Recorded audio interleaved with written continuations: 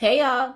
So, June 28th, season 2 is coming to you real soon. I like how I rhymed. Probably didn't make no sense, but you get the point. June 28th, season 2 is premiering, okay? But until then, we're going to do a walk down memory lane and we're going to go and visit season 1. Now, in episode 1, I talk about how every day is a good day. And it is. I promise you. Every day really is a good day. It is a motto that I chose to live by. Now it took me some time to build this muscle to believe that every day is a good day. But in this episode, which you're going to listen to next, I'm explaining to you why, how, and what I'm doing now to make sure that I maintain this motto. And as you listen, let me know, what are you going to take away from it and use in your everyday life? And also give me some tips. I am always open to learn. What should I add to my everyday life to make sure that every day continues to be a good day? Let's talk about it.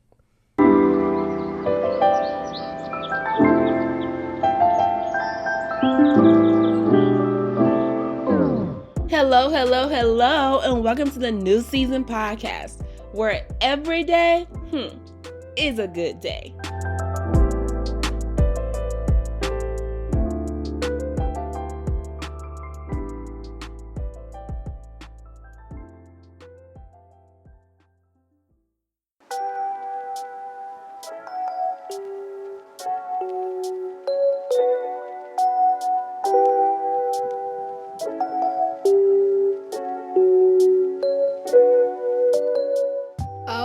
My God, I am so excited.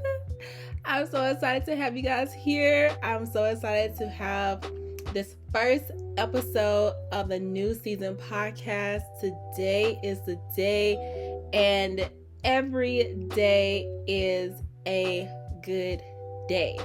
Yes, every day. No matter what happens, it's still a good day. And this mindset is what I have adopted. This is the motto of the show. And do not think that your girl woke up like this, because I did not. Not by a long shot. It took me some time. It took me some time to adopt this perception. It is a muscle that I am still working on to this very day. And to even get here, I really had to do some mental spring cleaning, y'all. Some mental spring cleaning. I had to get me some Pine-Sol, some bleach. I got to get some good old Fabuloso. The purple one. Okay, don't mess with me. The purple one. And you guys know that the purple Pine-Sol actually smell like the purple Fabuloso. So I might just start saving me a little money and just stick with the Pine-Sol, because they smell bomb. The other ones don't do it for me, but the purple one, okay, I'm off topic, but you get my point. So I had to do some deep spring cleaning, and I had to really recognize and accept that if I want happiness, peace, and joy, like that constant peace, that constant joy, I first had to disinfect my mental.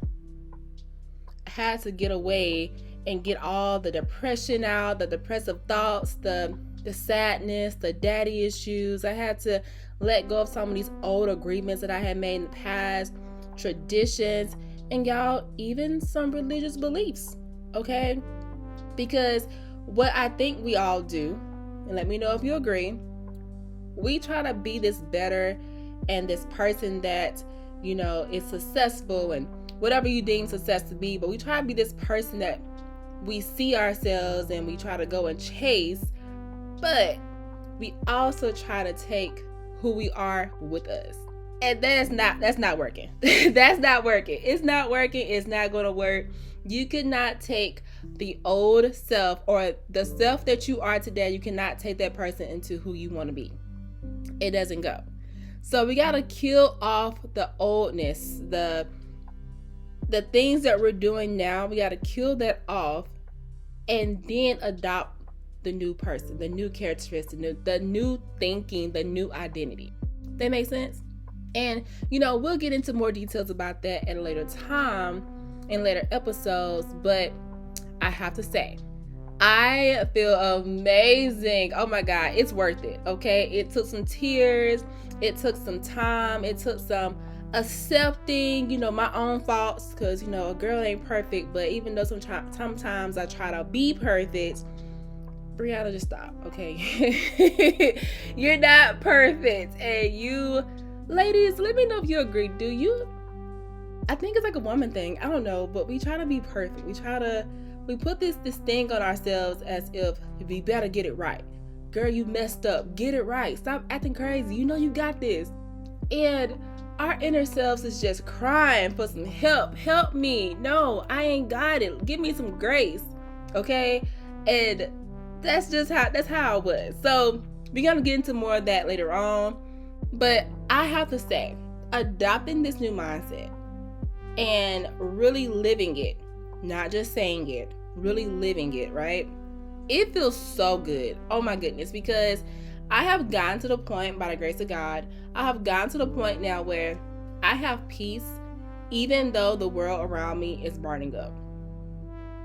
I have this mindset and this confidence that I am okay, I am fine, I am good, even though chaos surrounds me. And it's amazing, okay?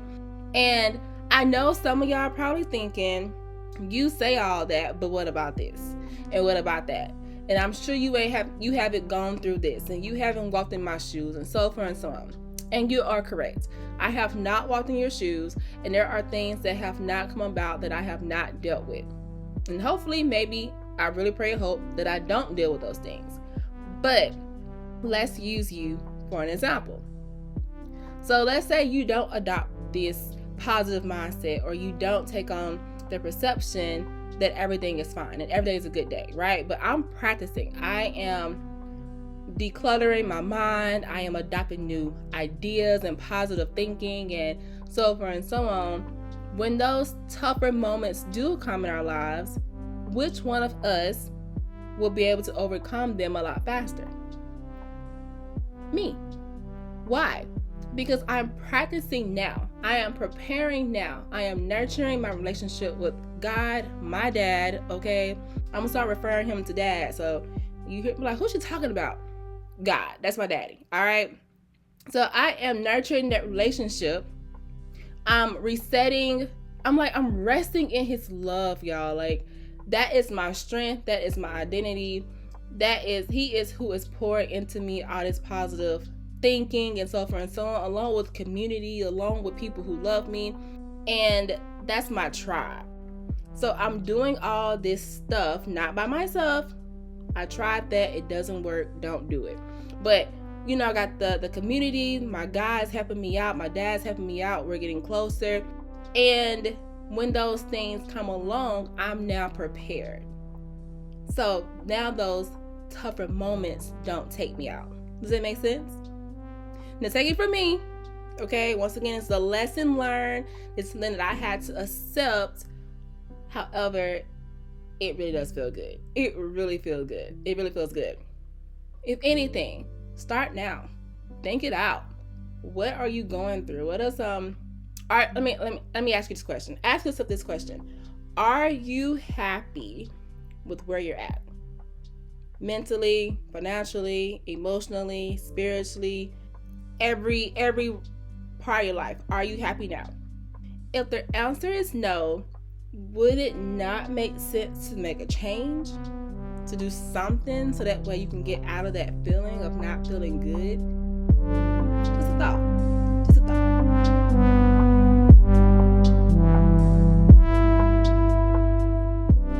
So even though I have this new motto, or my motto is every day is a good day, I still have moments when I am pissed off, I am angry, I am ugly, crying. Okay, my cry is not cute at all. I also have times where I'm doubtful and I have fearful moments and I want to throw the towel in, and there's times I've thrown the whole basket of clothes in. Like, I'm done, peace out, I give up. And that's not new. Like, you're a human being. You have feelings. And I agree, but you'll be surprised that some people believe that emotions like these are weaknesses. I know, because I was one of those people. There was times where I didn't even allow myself to cry. It's like, no, we're not gonna cry. That's weak. Keep it moving. You can't let them see you cry. You better tough it up. You know what I mean? You know, there's some people too. There's people as well who believes that doubting and fear is you doubting God. Is you don't have any confidence. It's signs that, you know, you don't have faith, and it's this big horrible sin because you doubt God. And yeah, I get it. You know, like, doubt and fear is not of God. I get that. But my thing is, if we just look at it in such a negative lens, then all it's going to do is create shame. And if you don't nip shame in the bud, shame creates more shame. Because first, you are ashamed because you feel doubting and fear is a weakness. So now you feel weak. Then you are ashamed because you now feel that you are going against God. And then you are ashamed because you don't want to tell people what's going on. And you're ashamed that people are going to see what you're trying to hide.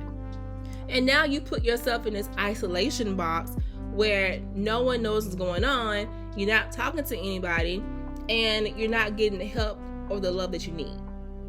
And now you're just sitting here and just soaking in all this mess. And now you also have a new lens that you see everything through shame. And now every decision you make is going to be through the lens of shame. Your thoughts about yourself are now based in the shame. The decisions you make are based on the shame. The confirmations you now receive to confirm your belief about yourself will all be in shame. So now you've just created this whole world based on the identity that you now created for yourself that's based on the shame. It's not funny. I promise you, it's not funny. I'm just thinking of, like, it's so tricky. Like, it's so tricky how you can fall into this if you don't take care of yourself in the beginning. Because all you had to do was acknowledge the feelings and accept the feelings. And once you had acknowledged it and accepted, you can now dig into it and find out the reasons and the roots of where the doubt and the fear even came from. You know, ask questions. How or when did I start thinking this way? What was said? What was not said? What triggered me? You know, and now you ask these questions, you get to the root, and now you have the problem at the source, right? And now you can start healing, and then you get solutions, and then you can start changing your mind about it because you see the lie that was in it. All I'm trying to say is this: if you get to the root, if you figure it out, you can pull this root out, and now you can move on. And now that moment of pain is done, and your day is a good day, versus running away from your feelings, and now you have days of bad days. So you're just like you have all these bad days when it could have just been one moment of sadness. You see what I mean? And I use doubt and fear as the example here, but you can plug and play any emotion in its example and get the same result. Every emotion is attached to a root. And if you don't deal with the root, it continues to blossom thorns. And the more situations you have, the more it will trigger those feelings, and it's going to cause you even more pain and cause you even more thorns, if that makes sense. And now you're looking through the lens of shame and the moments of confusion, and just go downhill again. Okay, so this is something that I've learned, and the reason why I say that every day is a good day, even if I have these bad moments, looking into the different problems and finding the source. Aha, I see it. I am upset because of this. Now I can fix it I'm learning more about myself, areas of improvement, and now I'm falling forward versus falling backward. And no, I don't do this for every feeling I have. Sometimes you can just shake it off and keep it moving. But like, for example, let's say I cut somebody off in the street. I cut someone off. I actually feel bad because I did that. But then I think to myself like, okay, Brianna, it's over with, it's done. You don't even know that person. That person is long gone, and they probably won't even remember this tomorrow. All right, shake it off, keep it moving. Okay, so not everything has to go through this deep process, but for the things that do, the feelings that, the situations are a lot deeper, take the time out, dig into them, find out the source, and now you're able to move forward. And yes, once again, every day is a good day.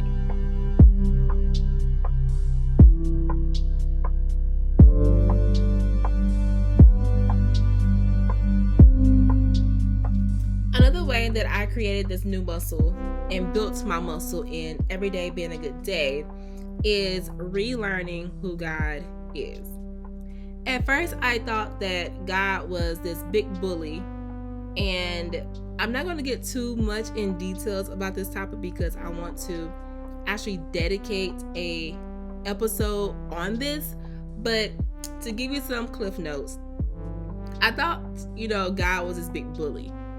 And when I had to go back to relearn who he was and who he is, I now see that God is really love and the multiple ways that he loves me.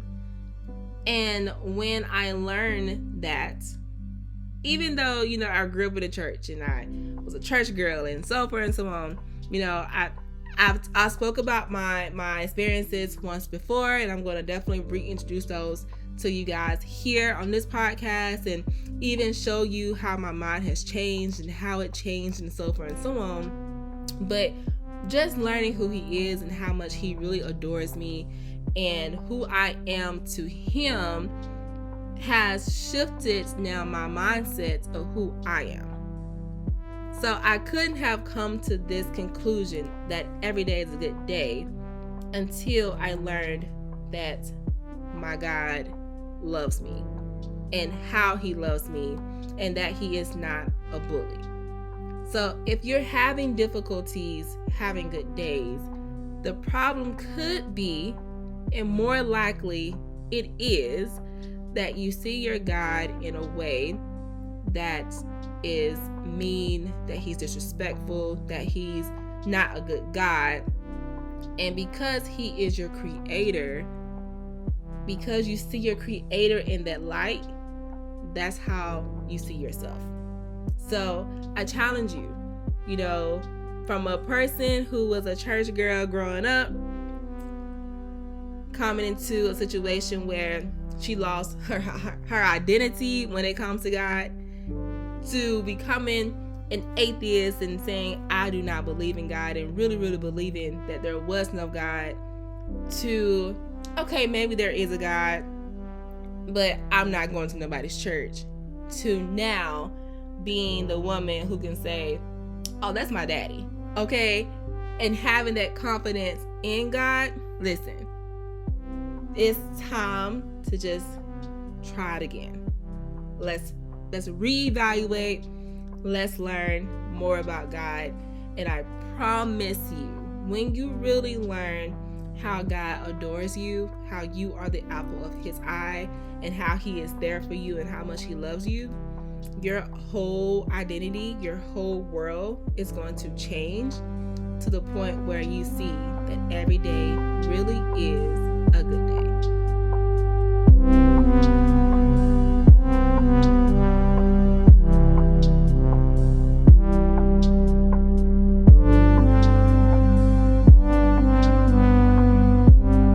But before we continue on, I would like to reintroduce myself. So many of you guys know that I used to have a blog. I used to have a podcast titled Vibes of a Queen.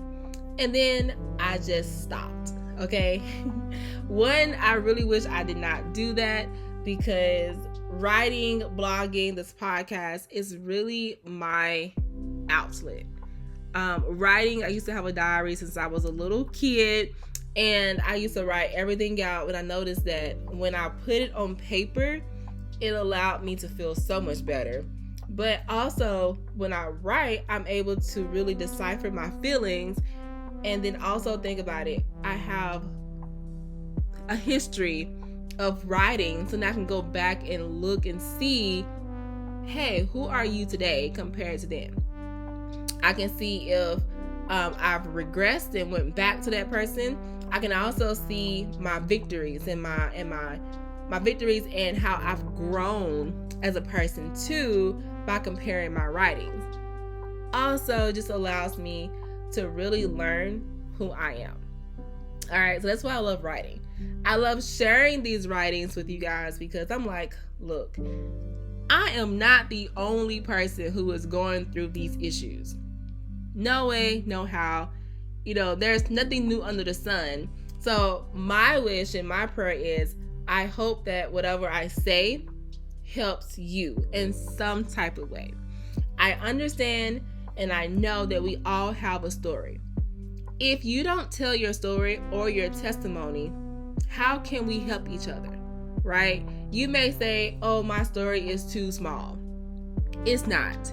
You'd be surprised who can relate to your story and who you will help with your story. And you may say, oh, I'm too ashamed and I don't want to tell my drama-filled story because people are going to judge me. People are going to judge you regardless if you tell it or not. So you might as well just say it, right? But I still understand too, it is nerve-wracking because you don't want the judgment or people to look at you differently. But think about who else is going through that same issue. And then also, in our normal conversations, we're telling stories. So you're already doing half the work. So we might as well just take it that next step to help somebody else out with our story and our testimony. And it doesn't have to look like this. It doesn't have to be a podcast or a blog. And you don't have to go out and tell the whole world about what's going on. In your circles, we can be vulnerable and talk to the people that we always talk to and let them know what's going on. And when you tell them what's going on, you're helping them too. Or it can be just someone you meet at work. You guys are working with each other every day. Are your conversations just shallow? Or are you guys getting deep? So that way, and I know when I say this, you're probably thinking, I'm not going to tell these people my business. But you'll be surprised. Okay, so let me say this. As adults, we feel like it's really hard to make friends. And I get not everyone is supposed to be your friend. But if you become vulnerable and if you become transparent with people that you are with on a daily basis, you will be surprised just how easy it is to create friendships. I know this because I am doing it. It's really easy to create friendships. All we have to do is allow our pride to step aside. That was catchy. Allow your pride to step aside. Okay. But do it. And you'll be surprised just how fast you will connect with somebody and how fast you will create a community. Because it's all we really want as adults. We want friends. We want a community. We want a tribe. We want someone that we can hit up when we got problems. And we want someone that we can laugh with and, get old and gray and reminisce about what happened 10 and 15 years ago. So if you want to make friends, connections, a community, become a little vulnerable, talk about things besides the darn weather, which is boring. And you'll be surprised just how fast you can actually create a community. Now, once again, not everyone's supposed to be your community. I understand that. But for the ones who are, they will stick around. They will understand you. And you guys would flourish in friendship faster than you think. Okay? So that's my challenge to you. To create friends, let's be vulnerable, and let your pride step aside. Okay. But anyway, with this podcast, I am going to show you who I am now compared to who I was 3 years ago. Two different people, okay? So I want to show that, and I also want to go back to those articles that I wrote to do just that. So I'm going to go and reintroduce you to, hey, this is who I was then, and this is how I think about those things now. I have some amazing people lined up that I want to interview and be able to get their perception on different things as well. And if you have things that you want to talk about, definitely link up with me on my Instagram, on my blog, and then we can also have a conversation and interview as well, because I love meeting new people. Regardless of where you're at, regardless of who you are, let's talk, let's get to know each other, and I'll be able to learn from you, and you can learn from me, and be able to share information or share your testimony to people here on the podcast as well. Super, super excited about that. And also, this is not a religious podcast. The things we talk about here will be raw, authentic, and very, very transparent and vulnerable. But we're not a religious podcast. However, okay, I know where my strength comes from, and my relationship with God is on point, okay? And it's just getting stronger. So when it comes to my beliefs and what I know God has done for me, ain't no way in the world I'm about to be on this podcast and not talk about the goodness of God. So we are not a religious podcast, but you will be getting these nuggets about God's goodness. Just want to let you know that up front.